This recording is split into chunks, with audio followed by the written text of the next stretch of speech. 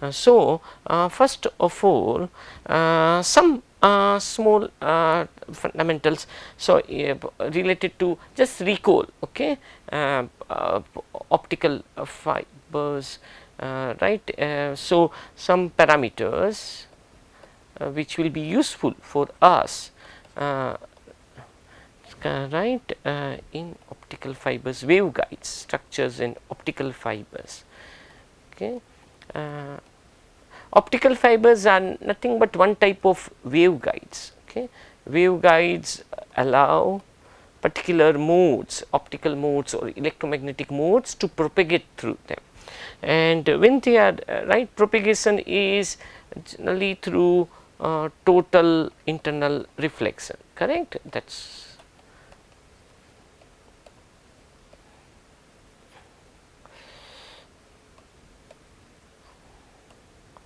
reflection. And we know that the critical angle theta c, right, based is it depends upon sine inverse, can be estimated, right. Clade refractive index of clade divided by core, right, based on this. Okay. Refractive index of core is larger, clade is smaller, and it's right, waveguide structure with core and clade allows a particular mode, and the numerical aperture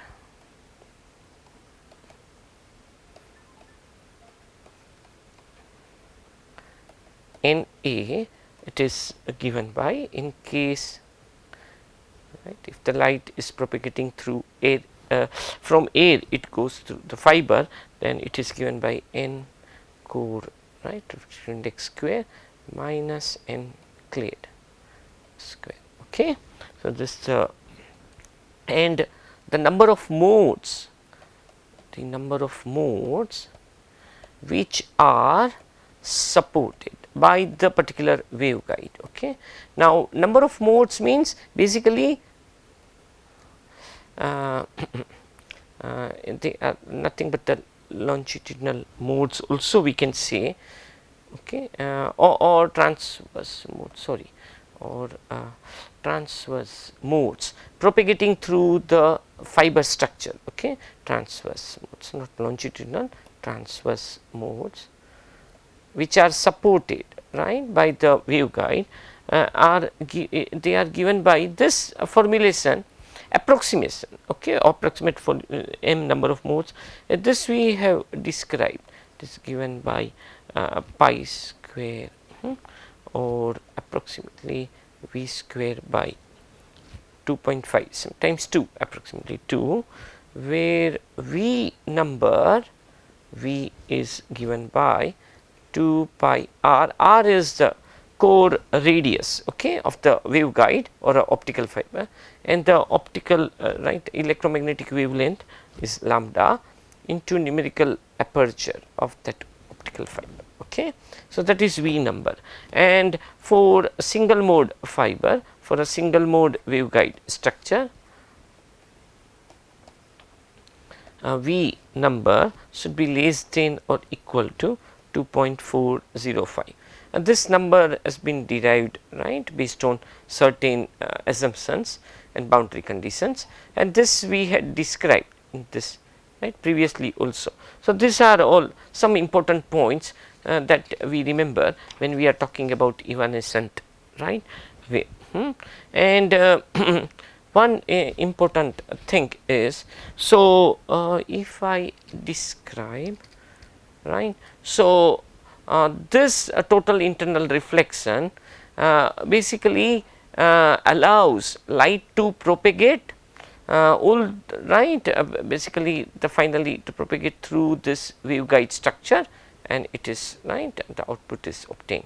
Of course, this way it propagates based on the transverse electromagnetic wave, right, and particular mode only will be able to propagate, which is constructively, right, interferes and adds up.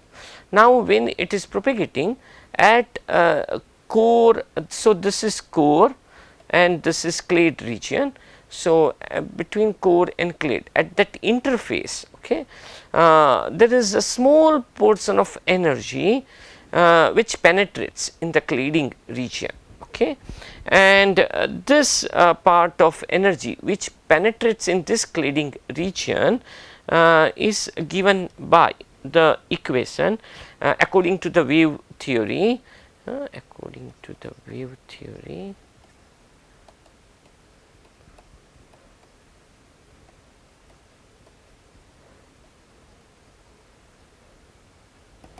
right. So, E t is tau epsilon 0 exponent of minus k 0 n the clade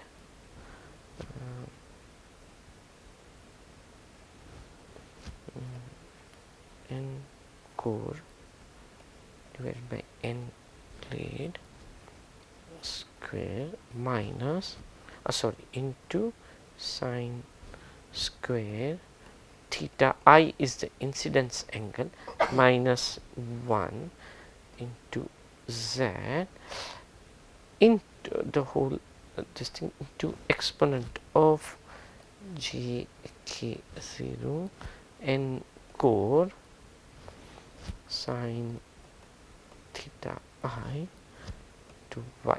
What is y and x z? It is basically, if we consider, okay, this is sorry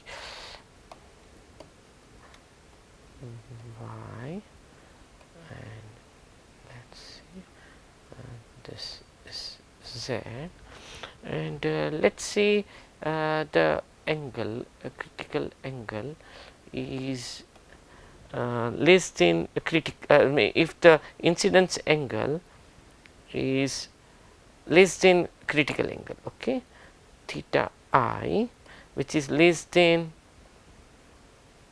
last time again it is happening, okay, anyway. So, if I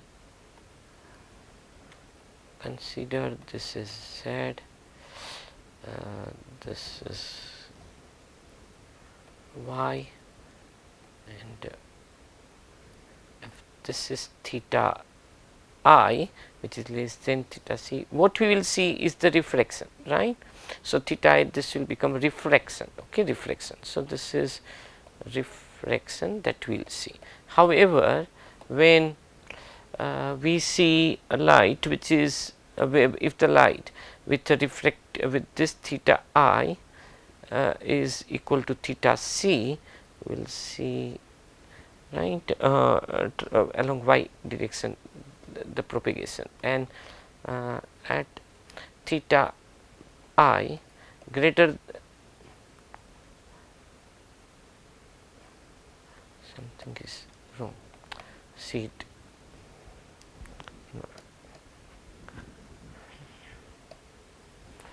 Prabhu sir, I I'll have to call, I don't know. Okay, when theta I is greater than theta c, we will see a total internal reflection, okay. And so, what I am trying to show that along the y direction, okay, and on this z direction, that is so this is, let us say, core part, okay, this is clade part, let us assume, and the incidence angle is more than the critical angle. What we expect, that the light will get, right, total internal reflection will come into picture, and the region over here, right, this region, there will be some right penetration of the electromagnetic wave, and that penetration, right, this E t which is getting penetrated, the electrical field, right, magnitude for this is given by, is what I had described in the previous equation, okay. So, in that there were two parameters, one along the z direction. So, that is given by core clade. So, n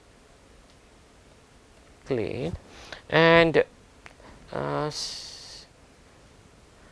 right, which is of course very difficult to describe. Okay, I will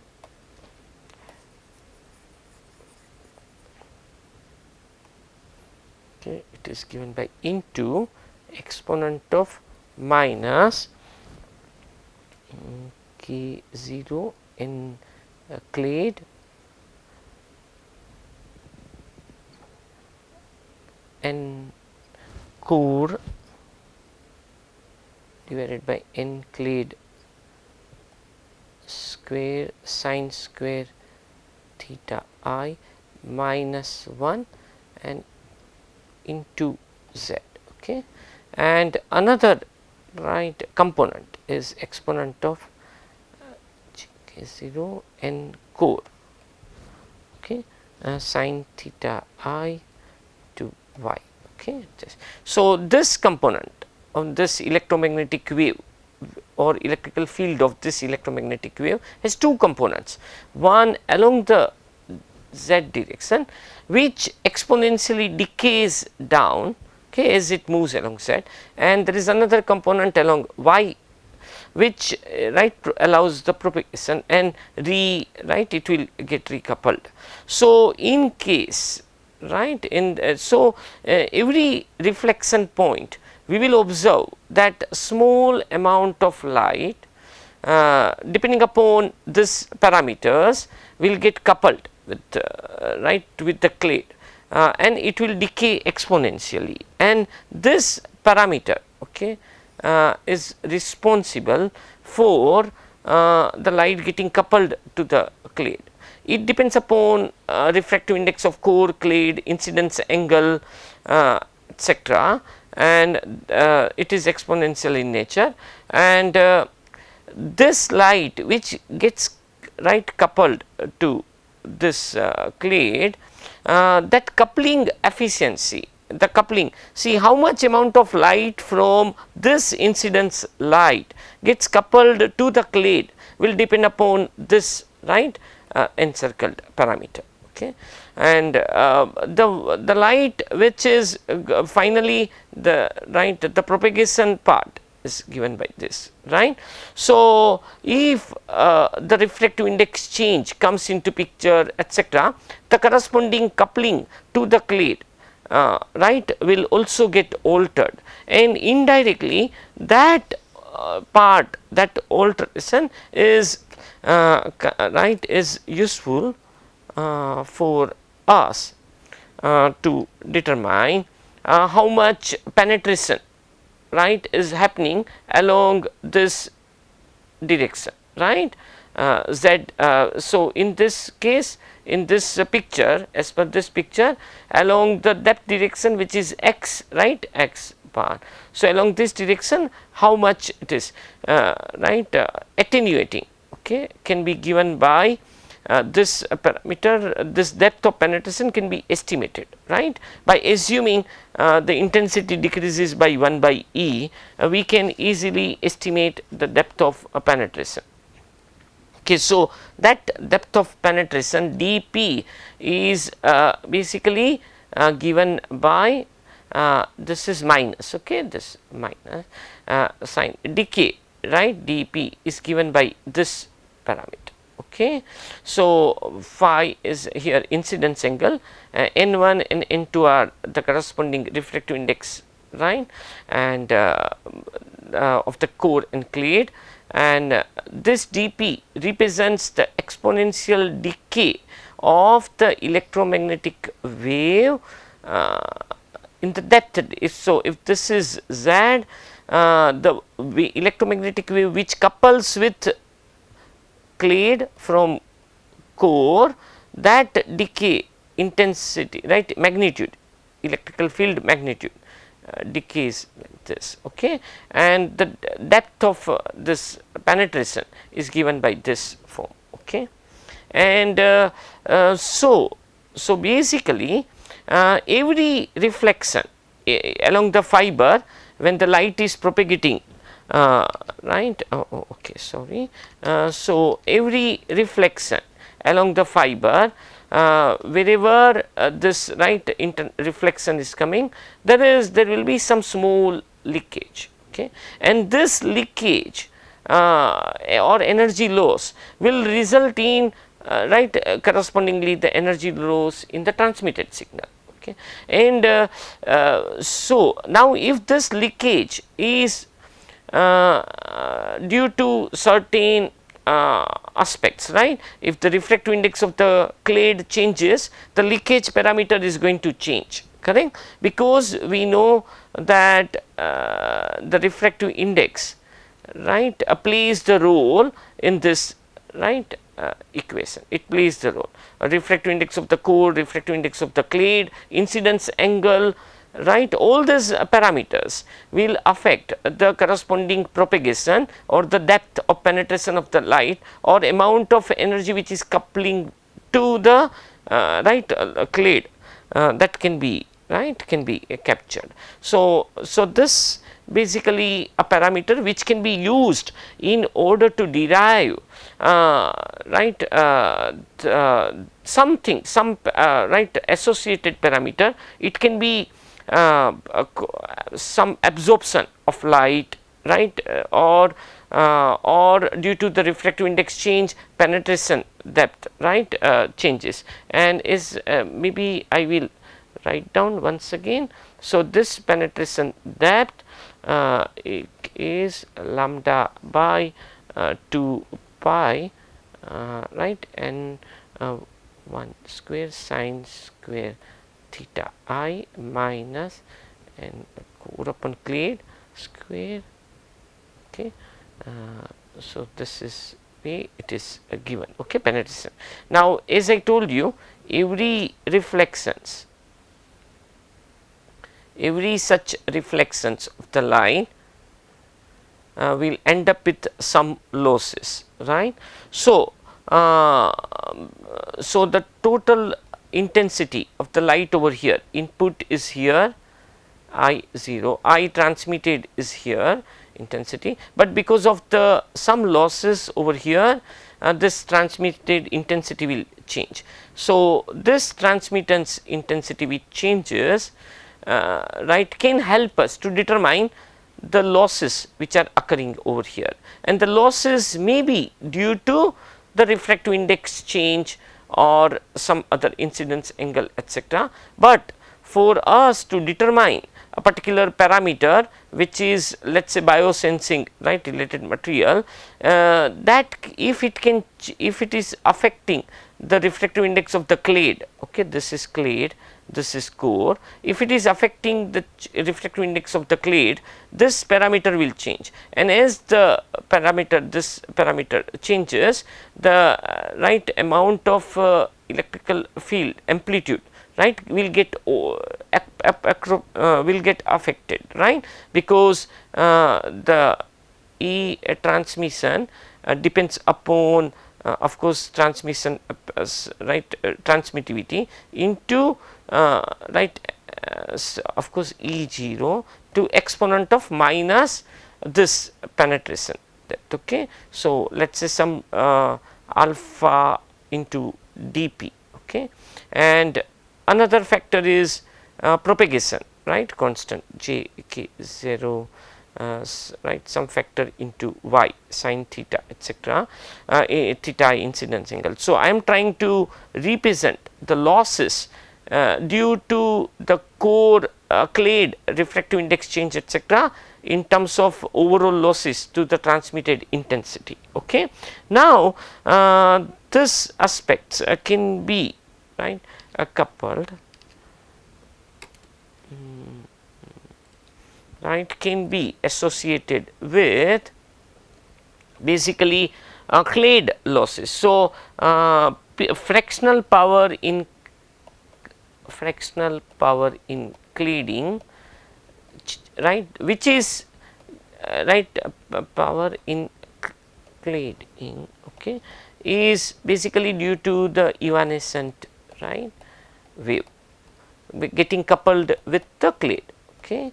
And this evanescent wave, P power connected with the coupled with the cladding divided by total power input is given by, right, 4 by 3 square root of m or 4 root 2 divided by 3 v, okay, where v is nothing but the that v parameter, okay, or v can also be expressed in terms of, right, lambda r etc., what we had already described. So, p clade divided by p can also be given by 4 root 2 by 3 into lambda divided by 2 pi r, sorry, r, which is refractive index, which is a core radius of the core, right, a core radius, radius, okay, it is a core radius, and 2n of core square minus the square, okay, it is given by this. So,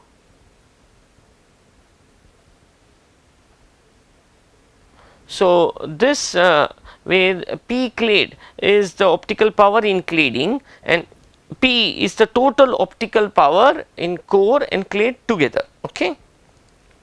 So, based on this, now the transmitted right. So, we can estimate basically the transmitted power. Now, what I am trying to indicate that the power which is coupled with the cladding, okay, basically let us say the L, the optical power transmitted across length L, okay, optical power which is getting transmitted across a fiber length L is given by P0 exponent of minus gamma into L, okay, exponent of. Now, this loss, this gamma parameter is due to some power getting coupled with the cladding is given by it is proportional to the power which is coupled with the cladding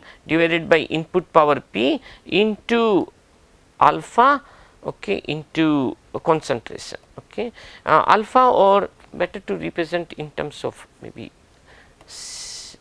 right sigma, okay, absorption, right, maybe, right, or extinction, basically extinction, right, but this extinction is represented by, let us say, some absorption is coming into picture, and due to the absorption material surrounding the clade, refractive index has changed and the input power is, right, as it is penetrating power P clade, right, is large enough, the gamma will increase, as well as if the absorption of that is large enough, the gamma will change. So, basically this is an absorption parameter, right, absorption cross section, right, parameter or cross or absorption, what shall I say, okay, a cross section is easy, right, and C is a concentration, okay, is also, it can also be represented by concentration of molecule, it can be represented, okay, by the molecule present, okay. So, so this is the way we can determine the total from the total transmitted power, how much power is getting coupled with the clade, and from there, due to the concentration change, due to the refractive index change, the losses are coming into picture. So, the transmitted power, right, PL, right, is given by this form, and some books, if we substitute this and try to see in terms of decibel parameter, then PL can also be given by, okay, something is wrong here, okay, anyway. So, PL can also be given, or PL can also be given by in terms of decibel, okay, in terms of decibel can be given by decibel log of numerical aperture. Some textbooks gives in this form, numerical aperture of 2 square. Okay, wherever refractive index change comes into picture due to some activity, I will show you what it means basically. Then the refractive index change due to the presence of some molecules etc. Will indirectly associate, they are associated with the transmission losses due to the evanescent field getting coupled with this. Okay, and so in terms of picture I can show you. So it is right. So for example, this is the waveguide through which the light is the electromagnetic wave is propagating. Let us say R1 and R2 are the two wave electromagnetic waves, okay, with different incidence angle are propagating. Now if both this wave R1 and R2 waves observes N1 and N2 refractive index such that their incidence angle is more than the critical angle theta c, right. In that case both these waves will propagate right through total internal reflection, and the amount of losses wherein the light getting coupled with the clade region will be minimum, okay, and some transmission will be observed. However, if any one of this wave observes, okay, let us say R2 observes based on the change in the refractive index of this medium, okay, clade medium, this is clade. Okay. So, if due to the refractive index change of this clade medium, what will happen? Now, R2 is right very nearer to the critical angle theta c or slightly less approximately, right, slightly less. Then what will happen? The amount of light will get coupled with this clade region will increase, right, it will get increase from R2. So, the intensity of R2 will start depleting, right, it will start depleting. With every reflection there are some losses, every reflection losses happens. So, basically R1 only will get transmitted while R2 may get lost depending upon the interaction of this interaction length, right. How many reflections will determine what is the amount of loss, right. You can think like this in terms of change. So, if I can show you in this case, okay, in case of how we apply this, let us say this is the guided mode electromagnetic wave and it has some leakage evanescent field leaked in this and this is core of the fiber, okay. Now this is let us say clade region, but let us assume this clade region is let us say a liquid region, okay, it is a liquid some, right, which has some receptors associated with this core, and these receptors can attract some of these molecules, okay, analytes, okay, they attract here, and if they coupled with these receptors, okay, then the refractive index of this medium clade changes by small amount, okay. So, previously in the absence of this analyte, the refractive index observed by this propagating electromagnetic wave will be, let us say in the core it will be N1, but in the clade N2, depending upon N2, N1 angle of incidence wavelength, the amount of evanescent field which get coupled with this will be decided, right, and then accordingly the transmitted intensity will be known. However, if due to the in the presence of this molecules, right, analytes, this refractive index changes, N2 becomes let us say N3, then the corresponding evanescent field which gets penetrated in this clade region or a buffer solution region will change. Based on that, the intensity which is getting transmitted will alter. So, this determines basically the presence or absence, or if we use the previous equation, concentration of this analyte molecules. Okay. So, that is the approach. So, how do we estimate this, right?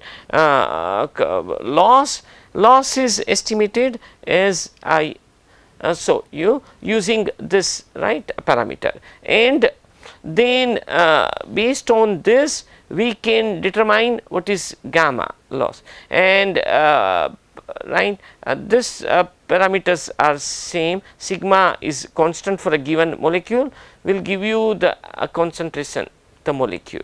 Okay. So, this approach is used to determine the right presence or absence of this target molecule. The target molecule can be right, let us say this biorecognition molecule receptor can be antibodies, right, and the target molecules can be antigens, right. So, of course, for calibration purpose they may use some target molecule or analyte and calibrate this whole sensor. Subsequently, the presence of antigen will determine, right, and based on that the loss optical power signal. And you can also imagine that the more the number of such reflections will increase the loss, right, every reflection within this, right, region. So, if I can show you, if we have, let us say, optical fiber with core and some, right, clade region, and there is a region which is exposed to the solution with refractive index N2 over here, correct. The core refractive index is N1 over here. Of course, the optical fiber has its own, right, cladding region which has, let us say, enclave, right, but light propagates through this, and the losses are very well defined, correct, in this region. However, in this region length L, where the light is going to interact with the clade, which is nothing but, let us say, a buffer solution, let us say it is a buffer solution, right, buffer solution. So, and the solution contains some antigen or, right, such, and this region, the fiber core has been coated with some receptors as well, okay, right. And so, and depending upon the length, number of reflections will change accordingly, the sensitivity, right, can be changed or improved. Of course, we expect that more and more sensitivity can be achieved by increasing this length, interaction length L, but it may have a limitations in terms of overall interaction length, linear interaction length, isn't it? Why? Because the more you increase, then that much buffer interaction with the buffer solution will be needed, and the space, right, etc., will affect this. So, what is done actually, this interaction which is to be increased, I am skipping it, although can be increased by first of all converting fiber into a tapered fiber. Okay. Why? Because if you go back and see the equation, the radius, core radius will affect the penetration depth. Okay. So, it changes the penetration depth of this electromagnetic wave propagating through this part will change depending upon the tapering. Okay. So, by improving the tapering, you are increasing the penetration depth and the change in intensity. Second approach could be to increase the length of interaction via using such as, right, U-bent tube. Okay. So, this is core and clade, but here clade is of the optical fiber is removed, and the clade is nothing but some other buffer solution which is acting as a clade. Okay. And the electromagnetic interaction between core and the buffer solution clade will determine the penetration of this electromagnetic wave, and depending upon the refractive index change, right over here, because of the analyte attached with this or some other material over here, will end up with the transmission losses. Okay. So, that is being captured. So, here also if you the tube is, if the fiber is bent, the depth of penetration also improves. Why? Because of the the incidence angle change. The incidence angle is changing, and because of that the depth of penetration also changes. Okay. So, this is the way that we can improve the depth of penetration and indirectly interaction of the electromagnetic wave with the solution, right, and enhance the output. Now, there is one more approach which is known as surface plasmon resonance. So, there are certain target molecules when they coupled means, so they are, let us say there are receptors which are gold layer receptors. Now, this gold layer receptors act as a plasmon structure. So, when the light propagates through this at the point where clade region where this gold layer are available, the refractive index, the surface plasmon which are generated due to this gold conducting layer, so that the electromagnetic wave, when it interacts with this small nanoparticles of this gold, what will happen? Slight refractive index change is observed by this light. Okay. And hence there is a small change in the clade refractive index, and hence the light which is getting propagated, a reflected light, will have a certain light, say a spectrum, okay, of this. Now, it is a broadband spectrum. When it propagates and there is a refractive index change, because of that the particular frequency will get coupled with the this clade region, and you will see the transmitted region to be a certain trend.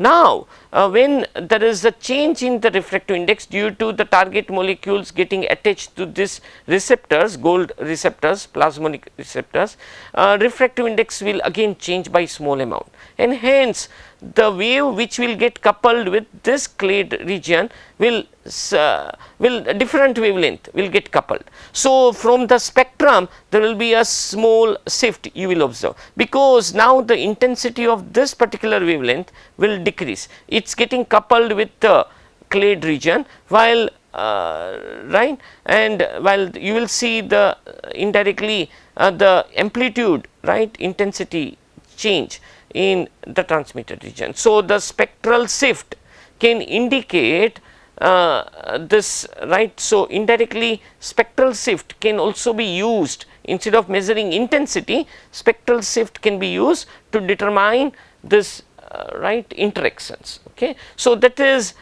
evanescent based approach, but using surface plasmon resonance approach. So, these two approaches, one to allow right a buffer solution whose refractive index changes and the transmission losses are captured.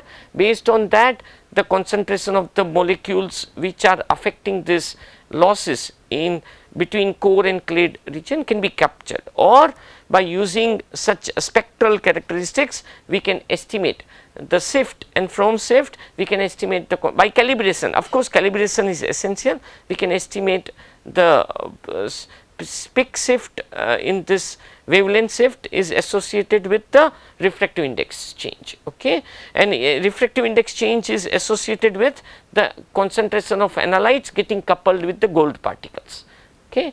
So, these approaches are used to capture the right basically as a biophotonics device to capture the molecular information. Okay. So, it can be coupled with any liquid solution, and can be inserted, and any activities within that solution which results in the refractive index change of that solution is useful to capture, right, to characterize the solution or analytes, etc. Okay. So, this is the way evanescent based approach is used. Okay. Next class we will talk about, maybe I will take up some examples of how Raman shift etc. comes into picture. Okay. Right, and we can use them for biosensing, right, applications. So, is it okay? Any question on this?